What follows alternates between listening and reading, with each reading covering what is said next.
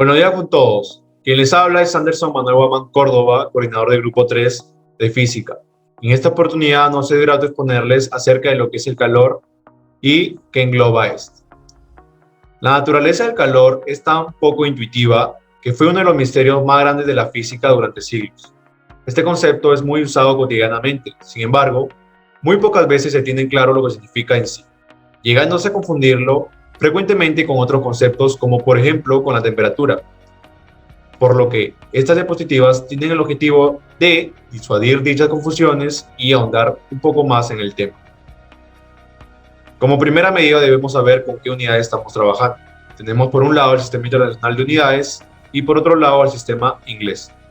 Mayormente por los países se hace uso del Sistema Internacional de Unidades, mientras que en los países o regiones angloparlantes se hace uso del Sistema Inglés.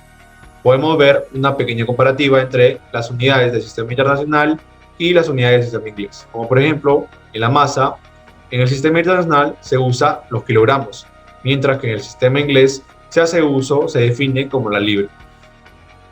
Para definir un poco mejor lo que es el calor, veremos el siguiente video.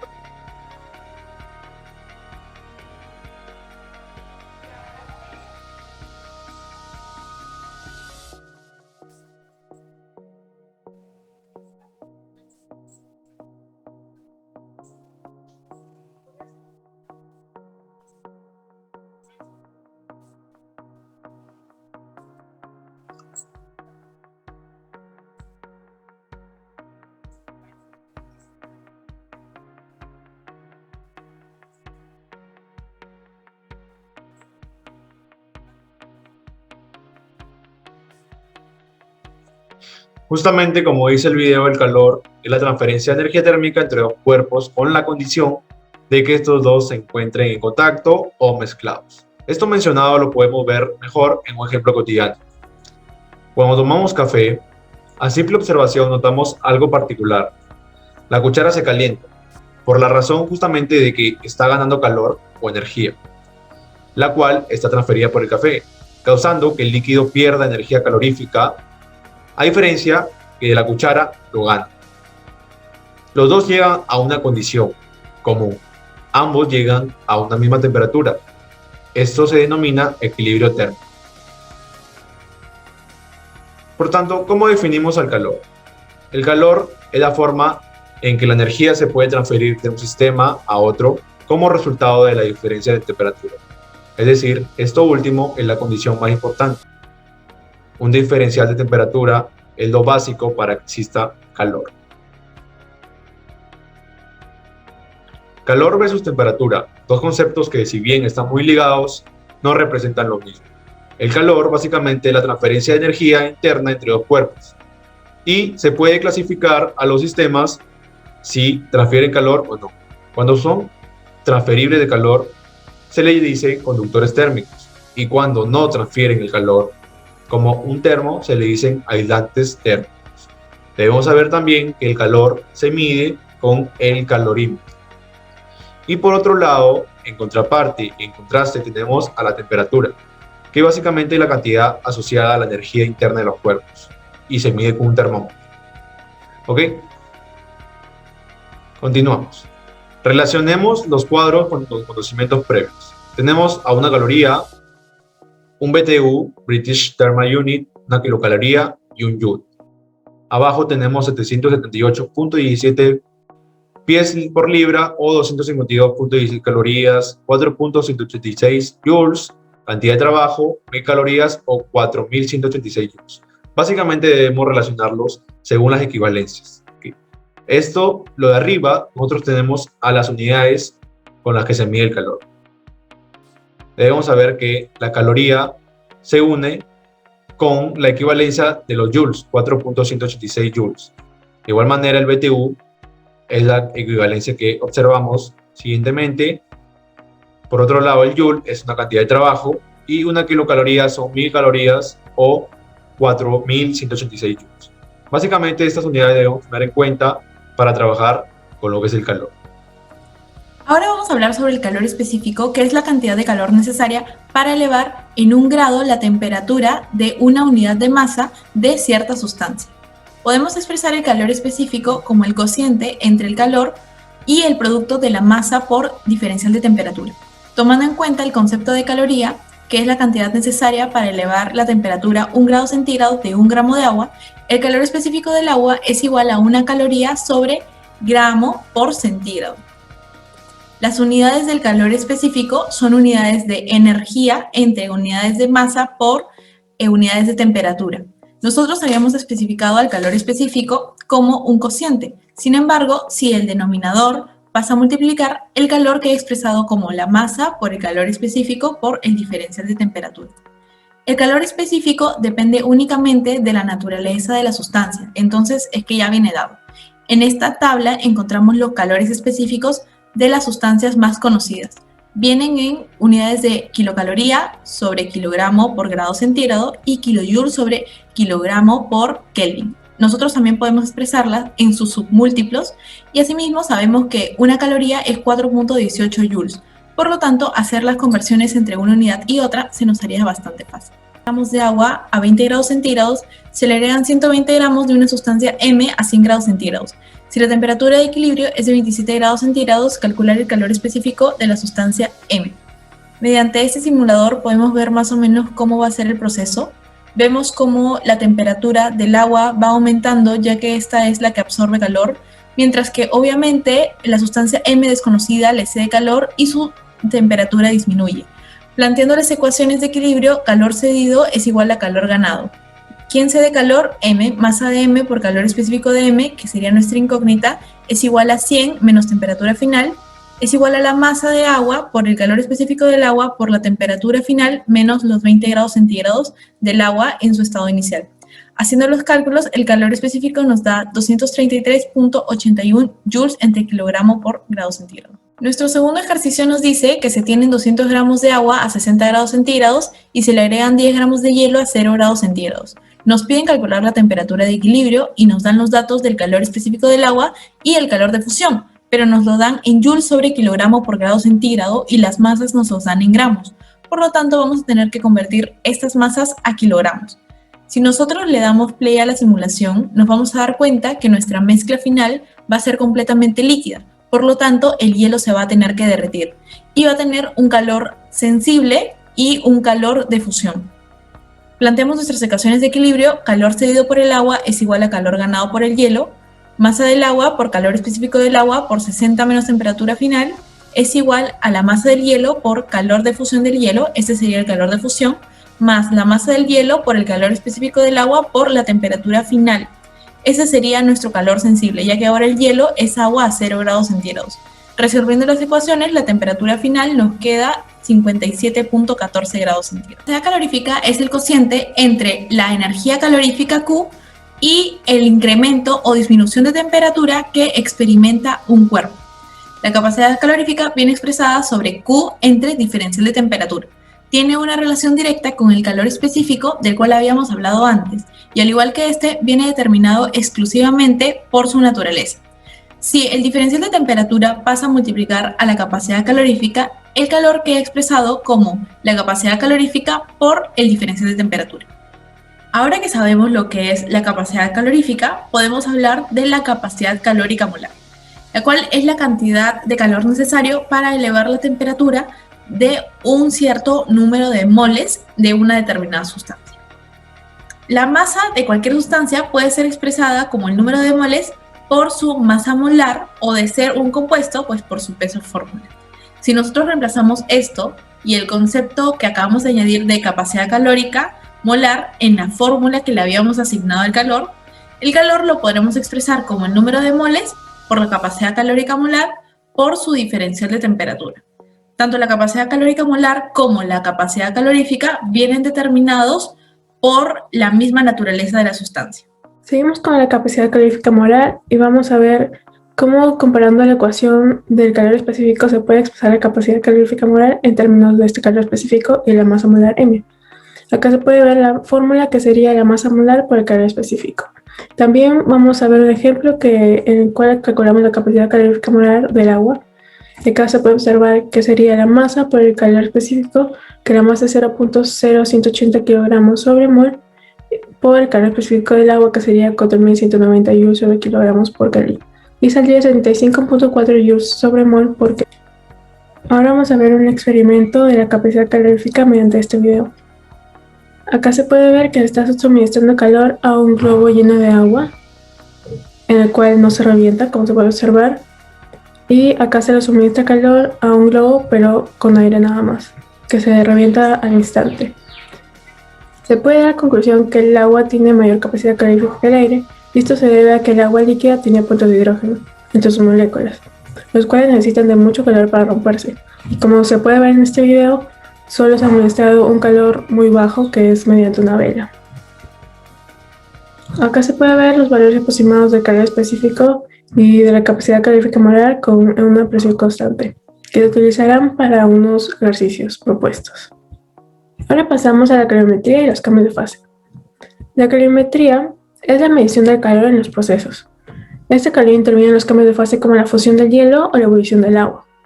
También se identificarán propiedades de la materia como el calor específico y el calor latente. Y el aparato encargado de medir estas cantidades es el calorímetro, como ya hemos mencionado anteriormente. Los cambios de fase. Primero definimos una fase. Esta describe un estado específico de la materia como sólido, líquido o gas. Los estados de la materia son el estado sólido, líquido y el estado gaseoso. Ahora definimos los cambios de fase, que es la transición de una fase a otra. Se puede dar como el calor de fusión, que es el calor requerido por la unidad de masa para cambiar su fase de sólida a líquida. El calor de vaporización, que es LV, que es el calor correspondiente por unidad de masa de la transición de fase entre líquido y gas. Los cambios de fase del agua. Acá se muestra un diagrama en el cual los cambios de fase del agua se puede ver que durante estos periodos la temperatura se mantiene constante y ocurre un cambio de fase conforme se agrega calor. La fórmula que se utilizaría es Q es igual a masa por el lambda. Y en los cambios de temperatura del agua, durante ese periodo la temperatura aumenta al agregarse calor. Y su fórmula que se utilizaría es Q es igual a masa por el calor específico por la variación de temperatura. Ahora pasamos al calor sensible, calor latente e intercambio de calor. El calor sensible es el calor requerido para realizar un cambio de temperatura en una sustancia de intercambio de fase. La fórmula que se utiliza es Q es igual a masa por el calor específico por la variación de temperatura. El calor latente es el calor requerido para realizar un cambio de fase a presión y temperatura constante, y su fórmula es Q es igual a masa por el lambda. Y el intercambio de calor se da por la fórmula Q ganado más Q perdido es igual a Q de recipiente. Pero en este caso, los recipientes no los tomamos en cuenta y es por eso que utilizamos sobre la fórmula Q ganado es igual a Q perdido. Muy bien, ahora veremos lo que es el calor sensible y calor latente en el siguiente diagrama. Sabemos que el calor sensible es cuando hay un cambio de temperatura más no hay un cambio de estado físico de la materia. Sin embargo, un calor latente es cuando no hay una variación de temperatura, pero sí hay un cambio de estado físico de la materia. En el siguiente diagrama podemos observar que del punto A al punto B hay una variación de temperatura, de una temperatura menor a una temperatura mayor, que en este caso la temperatura B es 0 grados centígrados. Sin embargo, no hay un cambio de estado físico. En este tramo siempre nos encontraremos en estado sólido. Del punto B al punto C, observamos que la temperatura es constante y si hay un cambio de estado físico, que de un estado sólido a un estado líquido. Este tramo pertenece a un calor latente de fusión. Del punto C al punto D, observamos que hay una variación de temperatura, más no hay un cambio de estado físico. Este representa un calor sensible y en este tramo siempre nos encontraremos en estado líquido. Del punto D al punto E, observamos que la temperatura es constante, que en este caso son 100 grados centígrados, y que observamos que si hay un cambio de estado, que de un estado líquido a un estado gaseoso. Este tramo pertenece a un calor latente de vaporización. Muy bien, en la descripción de este video dejaremos un enlace, en el cual es este, que será un video para reforzar los conocimientos, en el que básicamente este video nos trata de explicar lo que es el calor sensible y el calor latente mediante un diagrama muy parecido al que se les ha mostrado. Ahora presentaremos una tabla de calor de fusión y calor de vaporización, la cual será muy útil para desarrollar algunos ejercicios que posteriormente se nos presenten. Es necesario recordar algunos conceptos de lo que son cambio de estado físico de la materia, en la cual este enlace también lo dejaremos en la descripción del video, que les servirá para tener unos conocimientos de lo que son estos cambios. Nosotros explicaremos esos cambios en el siguiente diagrama. Cambio de estado.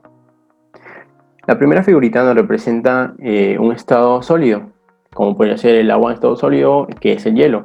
Podemos observar aquí que sus moléculas se encuentran en orden, pero si variamos su temperatura, si aumentamos la temperatura, estas moléculas van a tender a un desorden leve, es decir, va a haber un movimiento, la cual esta figurita nos representa un estado líquido. Es decir, si a un estado sólido, al hielo, le aumentamos la temperatura, esta va a pasar a un estado líquido, Ahora, si a este agua en estado líquido le aumentamos la temperatura, sus moléculas van a tender a vibrar más, va a haber un mayor movimiento entre ellas y va a pasar de un estado líquido a un estado gaseoso. De manera general, podemos observar aquí que de un estado sólido, si queremos pasarlo a un estado gaseoso, a este proceso se le llama sublimación.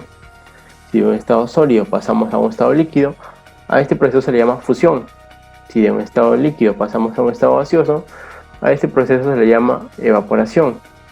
Ahora, si de un estado gaseoso pasamos a un estado líquido, a este proceso se le llama condensación.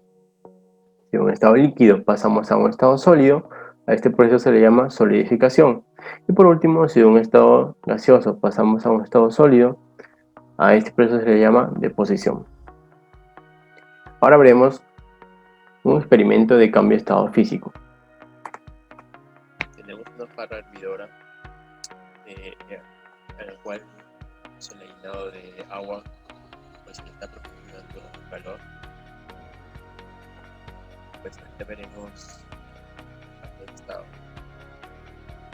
Como va a funcionar, el agua cambia de estado líquido a estado gaseoso. A una esponja.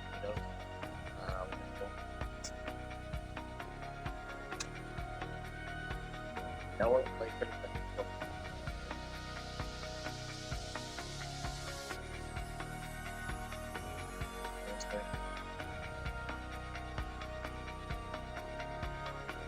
Vamos a poco a poco el agua se va a ir. Este es vapor de agua. Agua limpia es vapor de agua.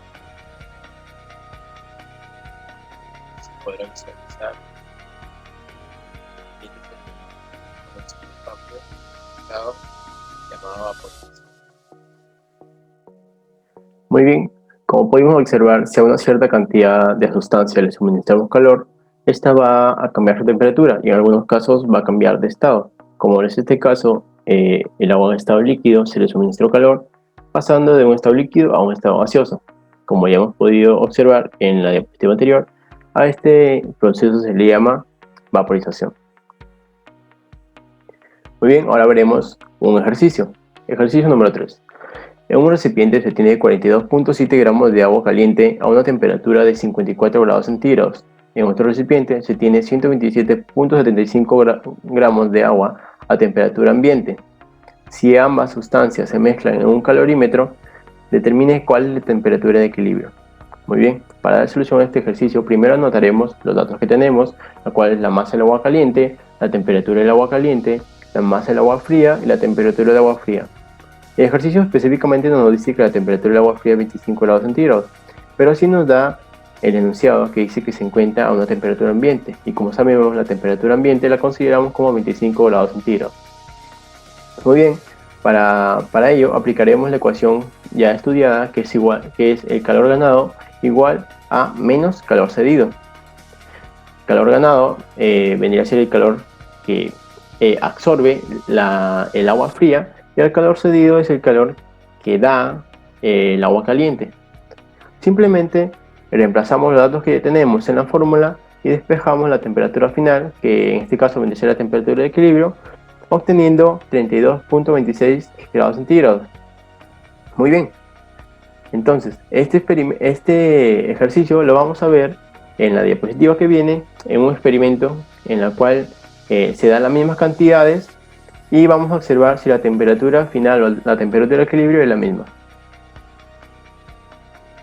Experimentación del ejercicio 3. A calentar el agua, evitando que se evapore. También llenamos nuestra lata con agua a temperatura ambiente.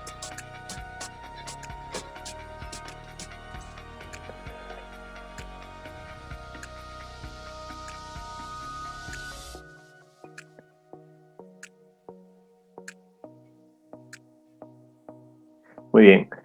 Como se puede observar, para esta experimentación se ha usado las mismas cantidades de agua caliente y agua fría en el ejercicio anterior, de modo que se compruebe que la temperatura final o la temperatura de equilibrio es 32 grados centígrados. Se puede observar que aquí se armó un calorímetro taza de café casero y se introdujo el agua caliente y en el calorímetro taza de café, en la cual se encontraba el agua fría. Luego fue medida por un termómetro que marcaba una temperatura de equilibrio de 32.26 grados centígrados, o sea, muy aproximado a 32 grados centígrados, en la cual podemos concluir que lo desarrollado analítico con lo experimental coinciden. Muy bien, ahora veremos un ejercicio 4. Un estudiante de física desea enfriar 0.25 kilogramos de agua que está a 25 grados centígrados, agregándole hielo que está a menos 20 grados centígrados. ¿Cuánto hielo debería ella agregar para que la temperatura final sea 0 grados centígrados con todo el hielo derretido? Si puede expresarse la temperatura calorífica del recipiente. Muy bien. Primero haremos un diagrama. Sabemos que el agua en estado, el hielo se encuentra en un estado sólido y que para que pase a un estado líquido, a una temperatura de 0 grados centígrados, debe recorrer el tramo de un calor sensible y un calor latente de fusión, en la cual el calor sensible es el calor 1, que es el calor ganado, y el calor 2, a una temperatura de 0 grados centígrados, también va a ser el calor ganado por el hielo. Sin embargo, el agua caliente va a perder calor, que va a recorrer de un tramo de una temperatura de 25 grados centígrados, va a pasar a 0 grados centígrados. Muy bien. Ahora, sabemos que para que llegue a una temperatura de equilibrio, que en este caso va a ser los 0 grados centígrados, hemos aplicado la fórmula del calor ganado es igual a menos calor cedido, que viene a ser igual al calor ganado más el calor cedido igualado a 0. Para ello hallaremos el calor 1, el calor 2 y el calor 3, que vendría a ser el calor perdido.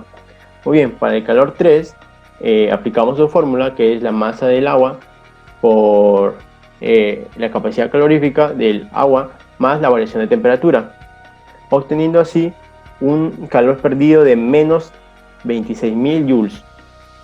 Muy bien, ahora veremos el calor 1, que vendría a ser el calor ganado. En este caso es el calor sensible, la cual su fórmula, como sabemos, es la masa en este caso del hielo, por la variación de temperatura por el calor específico. Como lo que nos piden es la masa del hielo, esta va a ser una variable. Entonces el calor 1, reemplazando los datos en la fórmula, nos queda en función de la masa de hielo. Ahora, el calor 2 de igual manera, pero en este caso el calor 2 sabemos que se encuentra en un tramo de calor latente de fusión, cuya fórmula es la masa del hielo por el lambda de fusión. Y el lambda de fusión lo encontramos en tablas, como ya hemos mencionado anteriormente. Entonces simplemente reemplazamos los datos para el calor 2, obteniéndonos en función de la masa del hielo. Ahora, aplicamos la fórmula, que es el calor perdido más el calor ganado igualado a 0, la cual nos queda aquí que el calor 3 más el calor, que es el calor perdido, más el calor 1 más el calor 2, que vendría a ser el calor ganado, igualado a 0. Simplemente reemplazamos los valores que tenemos, quedándonos como solamente una incógnita, la cual es la masa del hielo. Despejando, obtenemos que la masa del hielo es igual a 0.069 kilogramos, equivalente a 69 gramos. Muy bien, ahora daré pase a mi compañero Alexander Morante. Ahora haremos algunos ejercicios prácticos que nos ayudarán a entender mejor la teoría vista anteriormente. En este ejercicio tenemos un recipiente con 350 gramos de agua líquida a 95 grados centígrados y se le introduce 155 gramos de hielo a 22 grados centígrados y nos piden en el apartado 1 determinar el estado final de mezcla. Para ello nos dan los calores específicos del agua Y primero plantearemos un gráfico en el que se vean los procesos de calores ganados y perdidos. El calor 1 y el calor 2 son calores ganados, y el calor 3 y 4 son calores perdidos. Entonces, primero, hallamos los valores de los calores. El calor 1 es el calor de pasar del hielo a 22 grados centígrados a hielo a 0 grados centígrados. El calor 2, que es pasar de hielo a 0 grados centígrados a agua líquida a 0 grados centígrados. El calor 3, que es pasar de agua a 0 grados centígrados a una temperatura TF que no lo conocemos, grados centígrados. Y el calor 4, que es pasar de una temperatura de agua a TF que no conocemos a 100 grados centígrados. Entonces, estos valores los reemplazamos en la ecuación de calor ganado igual a calor perdido, donde Q1 más Q2 más Q3 igual a Q4, por lo que solamente tenemos una incógnita y una ecuación que es la incógnita de temperatura final. Despejamos y llamamos que es igual a 38,02 grados centígrados. En el apartado B nos piden a qué temperatura debió estar el agua líquida para que solamente se funda la mitad del hielo, por lo que hacemos el mismo gráfico para guiarnos, y como el Q1 era todo el hielo, el Q2 va a ser el calor para la mitad del hielo, por lo que planteamos nuestra ecuación de calor 1 más calor 2 igual a calor 3 y resolvemos, ya que lo que estamos hallando es la temperatura del agua. Entonces despejamos y la temperatura sería igual a 22,5 grados centígrados. En este ejercicio tenemos 42,7 gramos de agua caliente con temperatura de 54 grados centígrados y otro recipiente con 127,75 gramos de agua con una temperatura ambiente. Y nos piden hallar la temperatura de equilibrio cuando estos dos se mezclan en un calorínmetro. Entonces, ya que tenemos los datos de la masa, temperatura de agua caliente y de agua fría, reemplazamos en la ecuación de calor ganado igual a calor cedido, en donde hallamos que la temperatura final o la temperatura de equilibrio sería igual a 32,26 grados centígrados. Ahora les hablaré de algunas fuentes de calor que también son algunas fuentes de energía. Las energías se pueden dividir en energías renovables y no renovables. Las energías renovables son aquellas que son inagotables, no generan recursos y son sostenibles para el medio ambiente, por ejemplo, energía eólica, energía hidráulica, energía solar. Las energías no renovables son aquellas que son contaminantes y son limitadas, tienen residuos, por ejemplo, la quema de combustibles fósiles y los residuos tóxicos industriales. Algunos de estas fuentes de calor pueden ser la energía solar, la energía geotérmica y la energía de combustión. La energía solar es una energía renovable que no genera emisiones de CO2, es una alternativa para los combustibles fósiles. La energía geotérmica es aquella que se obtiene del aprovechamiento del calor liberado de los geysers o volcanes que liberan vapor de agua subterránea.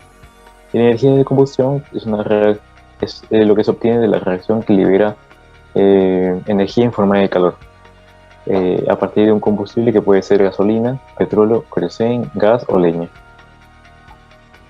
Para concluir, podemos decir que el calor es el paso de energía entre dos cuerpos que se encuentran a distinta temperatura. Uno puede sentir el calor, mas no puede ser poseedor de ella. Y en el cuerpo, el calor es una sensación de transferencia de energía. También en estos momentos somos capaces de evitar confusiones entre calor y temperatura, ya que uno está presente netamente como una transferencia entre dos cuerpos y otro es cualidad común que posee cualquier sustancia. También en cambios de fase se dieron a conocer distintos tipos de calor, como calor de fusión o calor de evaporación, donde uno es de un sólido a líquido y el otro es de un líquido a gas.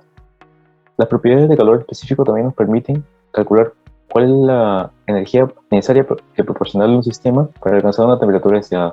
Esto beneficioso en procesos donde se necesita tener una temperatura precisa y debemos calcular esa cantidad de energía.